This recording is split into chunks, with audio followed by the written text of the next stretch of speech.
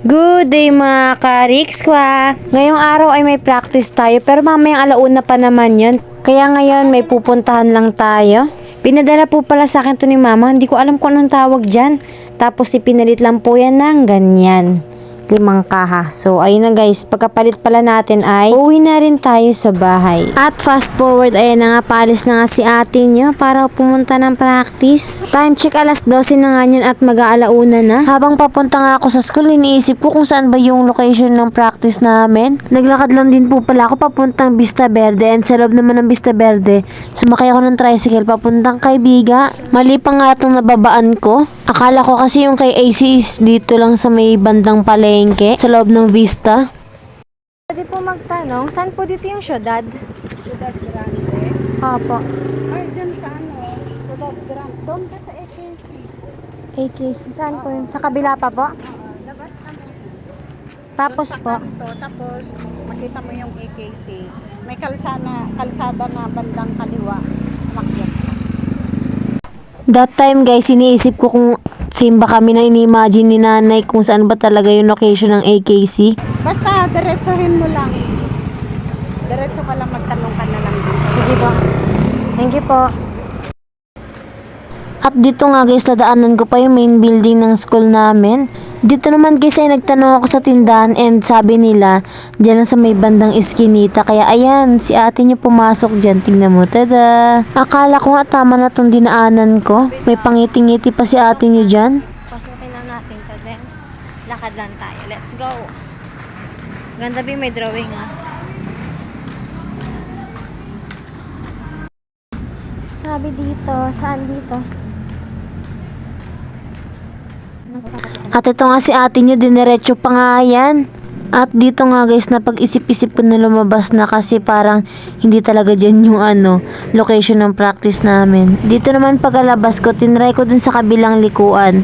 Yan, so dito guys, ayan. Dito nga guys, may nakita akong sakayan ng tricycle kaso hindi pa rin ako sure kung tama na ba to. Kung ito na ba yung AKC. Kaya yan si ate nyo, tumambay muna sa gilid. Nagchat na nga rin ako sa iba kong classmate kaso mga offline sila. Kaya naghintay pa rin ako dyan. Dyan din guys, is nahiyan na rin ako magtanong sa ibang tao kasi ang dami nila dyan. Hindi ko alam kung kanino ako magtatanong. And buti nilang, ayan, yung isa kong classmate papunta pa lang din. And ayan, sabay na kaming pumunta dun sa location. Nang nalaman ko nga, ayun, pandali na lang din pala makapunta dun sa location namin kasi halos dire-diretsuhin mo lang yung daan.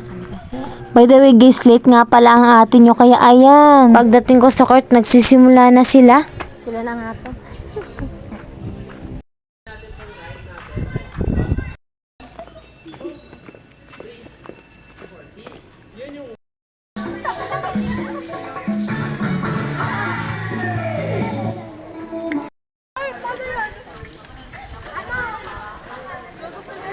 So guys, nakarating ako, bye!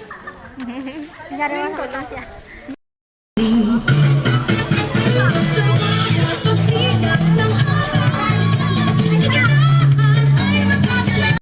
Dito nga ay hindi ako masyado nakapag-video ng maayos and dyan water break nga muna kami.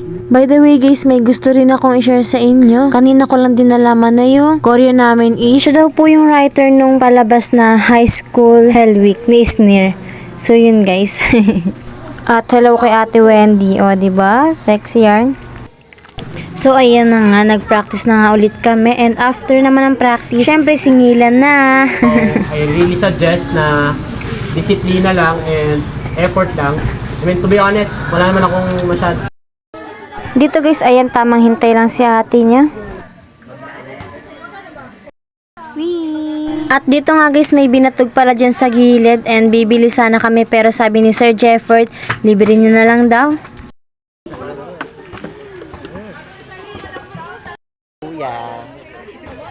Libre daw ba?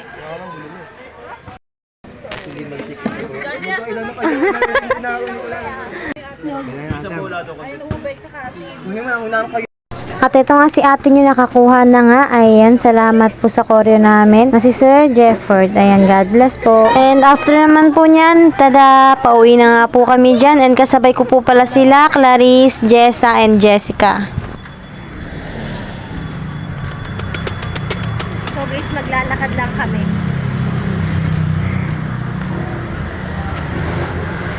Mambun-ambun pa.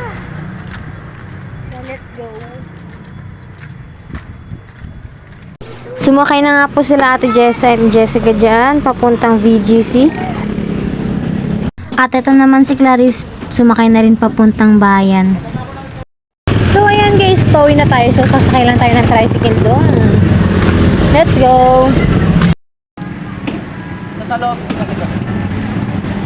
Dumaan rin po pala ako sa bahay ni Kagawadlet kasi may kukunin ako kaso wala siya. Bumili rin po pala ako dito ng ensaymada. So ayan, kinakain ko siya habang naglalakad. At ito nga si ate nyo, pag-uwi pa nga dito sa amin, ayan, bumili pa ako ng fishball. Kain guys! At hanggang dito na nga lang mga kariks ko dahil hindi na po ako masyado nakapag-video niyan. And thank you for watching. God bless. And kita-kits po sa susunod na vlog. Bye-bye. Tingnan nyo si ate nyo, eat well.